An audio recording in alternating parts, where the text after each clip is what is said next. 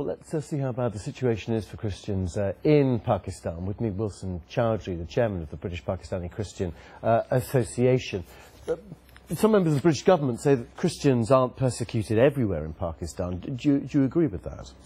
Well, I think the evidence would suggest that discrimination is extremely severe and it's very borderline persecution. OK, and what sort of examples do you have of persecution? I mean, we saw a minister who was Christian recently shot, but is it widespread in terms of violence? Well, 700 Christian girls are kidnapped, raped and forced into Islamic marriage every year. That's almost 2 a day, yet the world stays silent. We have issues with the blasphemy law of Pakistan. 15% of blasphemy allegations are laid against Christians when they only make up 1.6% of the population of Pakistan. 86% of Christians work as domestic labour or as servants or sewage cleaners and bonded labourers, where they're paying off debts of £50 for generation after generation. Usually their grandfather signed that contract with a thumbprint because he was too illiterate to read the paperwork. And yet Pakistan's constitution allows people to freely practice whichever religion they want.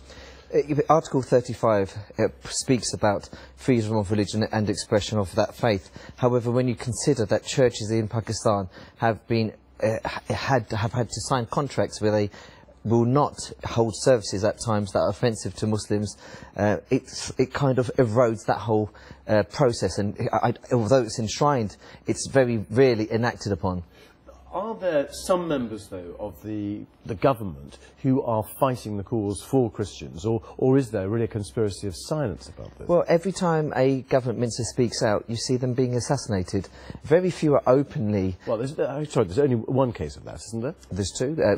Governor of Punjab, Sama Tasir, was killed 3 months later. Shahbaz Bhatti, the federal minister, a Christian himself, was assassinated by their own bodyguards. The problem is, whenever people do speak out, they are generally ostracised by the wider community, and extremists do have certain sway over our leading politicians. So, in fact, the majority of Pakistani politicians do not oppose blasphemy law. They keep speaking about reform, but I can't think of a reform that would ever make the blasphemy law a law that protects anybody in that country. How many Christians averagely on a yearly basis leave Pakistan then to get, because I think it's quite easy to get tourist visas, isn't it, to Thailand or to Sri Lanka? Well, there's very easy protocol for tourist visas to Thailand and other Southeast Asian countries such as Malaysia and Sri Lanka, and they're quite cost effective too. In Thailand there are over 11,000 Pakistanis, of which it's believed 7,500 are Pakistani Christians. In Malaysia, a figure close to 3,000, and in Sri Lanka a further 2,000. And these figures are rising. The persecution seems to be increasing in both intensity and frequency. And the same, lack of opportunities exists in Thailand and Sri Lanka. Is there any lobbying taking place from Pakistan onto the Thai authorities to try and to change this?